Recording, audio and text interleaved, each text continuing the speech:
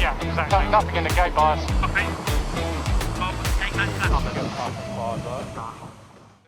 It's Thursday, and today was a reserve day, which is a shame because the 10 to 15 knot breeze that was out on the racecourse would have made for a great day's racing. As far as we know, neither team went out today, which left us with a bit of time to think about what happens next. We're getting very close to the point in the America's Cup where the paperwork and process becomes crucially important.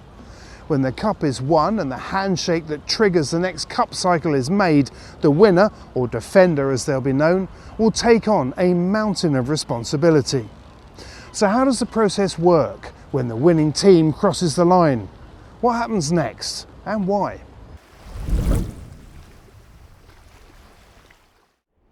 Aside from its age and prestige, there's one key difference between the America's Cup and other major sporting events. If you win the cup, you make the rules. It's one of the reasons that it's so hard to win. But at some point this October, one team will have lifted the cup above their heads. Either way, the results will make history. If the Kiwis win, they'll be the first team to win the cup 3 times in a row. If Britain wins it, after 173 years of hurt, as Ben Ainsley likes to describe it, well, enough said. Whatever happens, there's going to be a lot to talk about. Not least of all, what happens next. If Ineos Britannia succeed, will it go back to the Solent? And if Emirates Team New Zealand prevail, will the next cup be here, back in New Zealand, Jeddah? Who knows? What we do know is that there are 3 key documents within any America's Cup cycle that drive the event each time. And one of the people who knows this well is Royal Yacht Squadron Limited Chairman Bertie Bickett.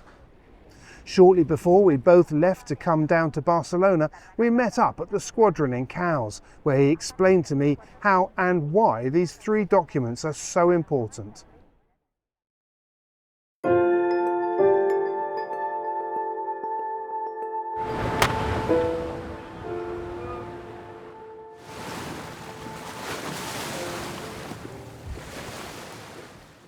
Basically, the deed of gift is a notice of race, if you like, and it sets some parameters for how the cup should be sailed for, and it's a remarkably clever document because it sets out very clearly the detail you can look up, but 3 races, or best of 3 races.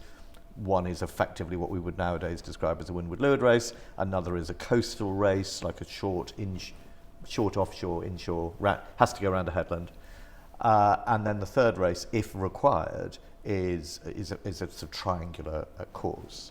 And there's all sorts of other little parameters about length of the boat and draft of the boat. Draft of the boat being restricted because you have a coastal race. You don't want something with too shallow a draft because it could cut a corner. But where the document is really clever is it then, having set out all the rules, basically says, however, if the challenger and the defender choose to do something different, they're perfectly entitled to do that, provided they both agree. And that's a very important kernel to the relationship between a defender and a challenger of record. And it's also why we have seen over the last over 170 years such a wide variety of vessels and designs used, isn't it? That don't appear on the face of it to fit directly with the deed of gift because the challenger defender have agreed to do something different. Yes, and when they don't agree, that's when you get what is termed as a dog match, but that's where you get boats that aren't anything like the same. Because they haven't collaborated on the rules, and they reverted back to that original template, if you like, for how the cup should be run.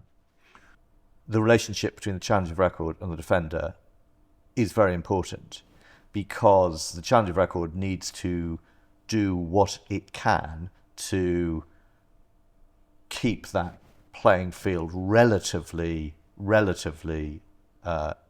stable. I have to say we've had a fantastic relationship with our friends at Royal New Zealand Yacht Squadron, Emirates Team New Zealand.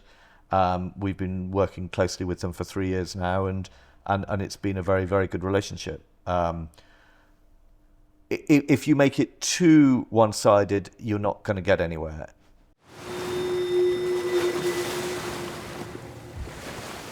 So that's the deed of gift. There are two other documents that sort of characterise or are at the centre of any America's Cup campaign, or cycle, I should say. Tell us about those. Well, I mean, the challenger and defender relationship commences with a letter of challenge, which is just that. And once accepted, and the defender really has to accept the challenge as it's given to them, unless they can rule it out on a technicality. That then sets in motion a conversation about how you're going to agree to the protocol for the next America's Cup. That protocol nowadays is an incredibly detailed document, and in the case of this current Cup, it took about 6 or 8 months to write, to agree on, and to publish, and it's 150, 160 pages long. It's quite a big document, and that is basically your notice of race.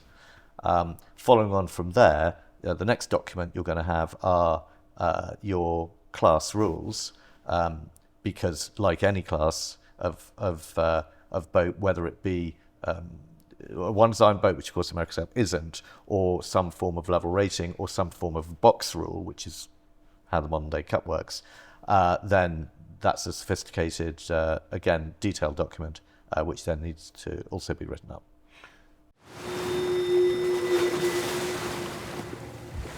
Now, you have real first-hand knowledge of that process as well, haven't you? Talk us through your position and your role in this current Cup cycle.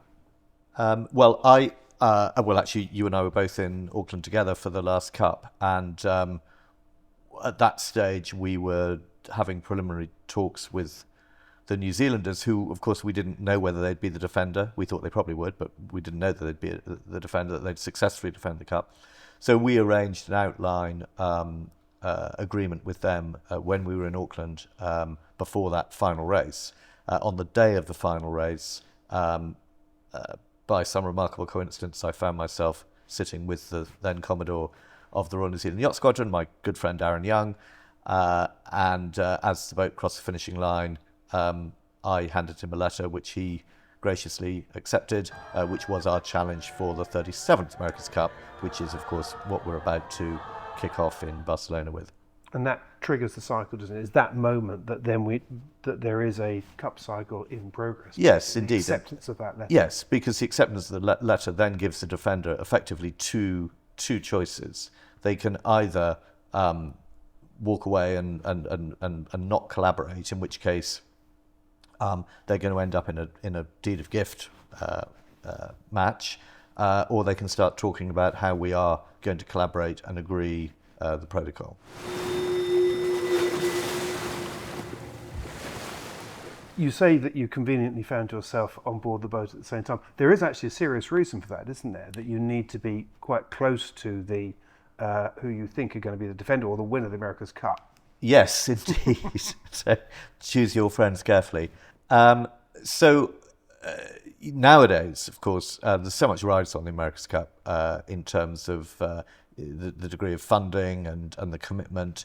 In the old days, it was literally you would clamber down to the dockside as the boat came in with waving an envelope in your hand, hoping that you could elbow your way to the front of the queue, if you like, and a bit like a bailiff serving notice. So I'm told. You'd force it in. Nowadays, it's all arranged a long time before. But the rules are still the rules. The deed of gift is still the deed of gift. So if somehow by electronic communication or whatever, somebody else could get a challenge in there first, then it would certainly be difficult for the defender to select. Yeah. 173 years is a long time. It's the oldest international sporting trophy in the world. What do you think it gives to the sport of sailing?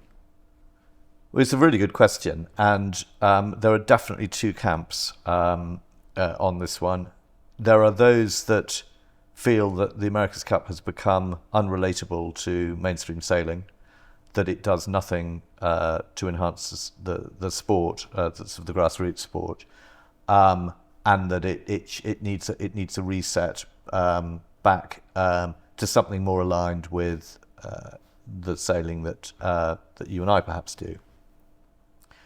There is another school of thought which says that the America's Cup is the absolute pinnacle of our sport, and as such needs to be a beacon for technology, for professionalism, and for cutting edge design, and should really just represent the global international premier event that it is. And remember, it is the longest enduring sporting trophy of any kind in all of modern day history. So there are definitely two camps on that. I'll leave you to work out which one I'm in.